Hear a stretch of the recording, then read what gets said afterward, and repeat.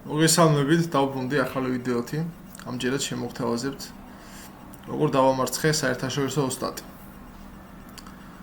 ეს პარტია გაიმართა 2 წლის წინ ლიჩესზე, რაპიდის ფორმატში.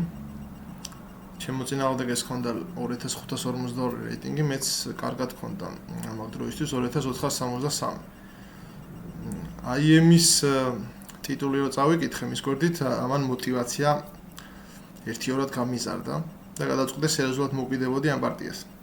მერე მოვძებნე ეს პიროვნება და აღმოჩნდა რომ ეს არის ვიღაც შამილი, ის შამილი არა ვიღაც შამილი, რომელიც საერთაშორისო ოსტატი არის, ოღონ აქტიური მოთამაშე აღარ არის, 32 წლის არის. თუ არ ვცდები. და არის რუსეთიდან. 2400 აქვს რეიტინგი რაფიდეზე. ახლა 2400 აქვს, თუმცა როგორც ჩანს აღარ თამაშობს ჭადრაკს. ეს მე ნაკლებად მაინტერესებდა.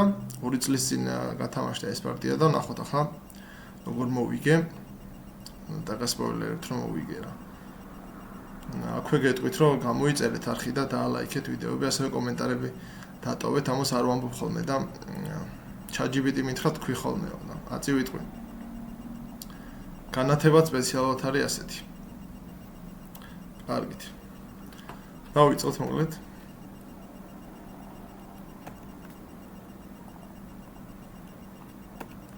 რაღაცა პრობლემა ეს უნდა მოვუჭრა წესით ეს მომენტი რომ პრობლემები შემექნა. არა უჩავს E4 მოკლედ.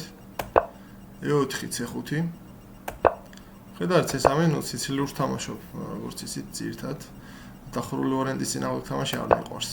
ხედარი E2, ხედარი C6, G3, ხედარი F6, D5. ესეთი არაფერი, გაიცვალა ფიგურები. როქი. აქ მივედი D4-ს. ძირთად როცა არ გიტარებს თეთრი D4-ს. რეკომენდირებული რომ შენ თვითონ მიხვიდე რა. D4-ია მისი შემდეგი შლა და ამიტომ არ მივეცი ამის შლა მივედი D4-ს.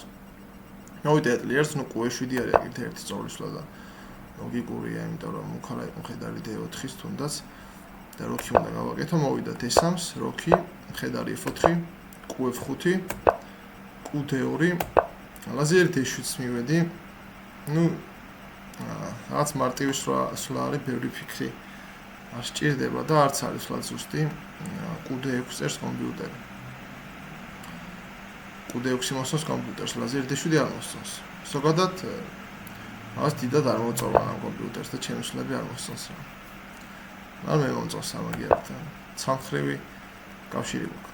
ხედარი D5. მივედი Q6. ნუ აქ თანაბარი პოზიცია ოდნავ მინუს წერს, მაგრამ ნუ არც ანიშნავს პირს მინუს 0.2 წერს. ლაზერი H5, Q4 და აქ ლაზერი H4 არის ერთ-ერთი სწორი სვლა. თუმცა ეს საერთაშორისო ოსტატი შეცდა და მოვიდა ლაზერი G5-ს. ნუ რაც არის ბლანდერი და უხეში შეცდომა. ახლა მე რაღაც დამჩენა და უნდა დამესაჯა ამისათვის და მივედი F6, რომელიც არის ერთადერთი სწორი სვლა პოზიციაში. ახლა ჩესკომზე რო ვარჩევდი ამას ალბათ great moves დაწერდა, აქ ძახილის ნიშანი იქნებოდა, იმიტომ რომ სხვა ყველასთვის შემთხვევაში უპირატესობა ვარჩევა თეთრს. F6-ის შემთხვევაში მე მრჩება განწყვეტი უპირატესობა ლაზერი მიდის H4-ზე და ასევე ერთადერთი სწორი სვლა, რომლის შემდეგაც ამ უპირატესობაში ნაჩვენე, მან ხედარი E5. ახლა რას ემსახურება ხედარი E5? ხედარი E5 ემუქრა ხედარი G6. რის მერეც ამას უწევს რომ ხედარი F6-ი შეწიროს, აი ხედარი G6, ხედარი F6, G5 და ლაზერი H6 უნდა მოვიდეს. ნუ ლაზერს ვიჭერა ფაქტიურად. ესეთი სიტუაციაა. ამიტომ ხედარი E5-ზე ფიქრობდი რომ ეთლ E5-ს მოკლავდა და ხარიხს საქმე შემომწირავდა, თუმცა მოვიდა H3-ს, რაც ასევე არ არის სწორი სვლა. ვითამაშე ისე ყველაზე ზუსტი გაგრძელება Q3. ამჯერად შემომწირავ E5-ზე, მოვკალი F. ეს არის რაპიდი, შეგახსენეთ, დროც ჩანს აქ 6 წუთი, მაგრამ დროს იმას უკვე წუთი და 27 წამი აქვს. ამ შემოწირვაზე იფიქრა დიდხანს. მოვიდა ლაზერი E4-ს. მივედი F4-ს, რაც ასევე კარგი სვლა, მოვიდა Q4-ს, რაც შეცდომა კიდევ ერთი. ხედარი F4 უკეთესი იქნებოდა.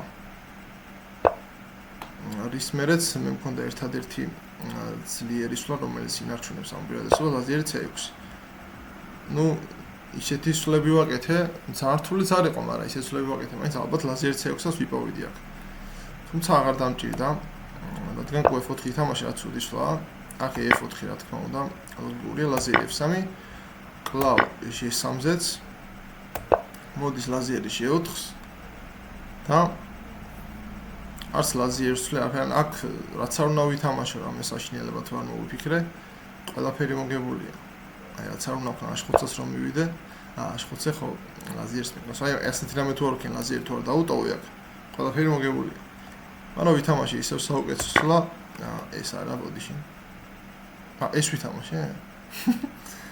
ეს ვითამაშე, ეს არ არის საუკეთესო სვლა, მაგრამ ძალიან ადამიანური სვლა არის. FG2 და აქ ვითამაშე საუკეთესო სვლა, ესეთი მსგავსი ვარიანტია, რა თითქმის ყველა სვლა მოგებული აქვს, ლაზერს თუ არ დაუტოვებ, მოვიდი ლაზერი F7-ს.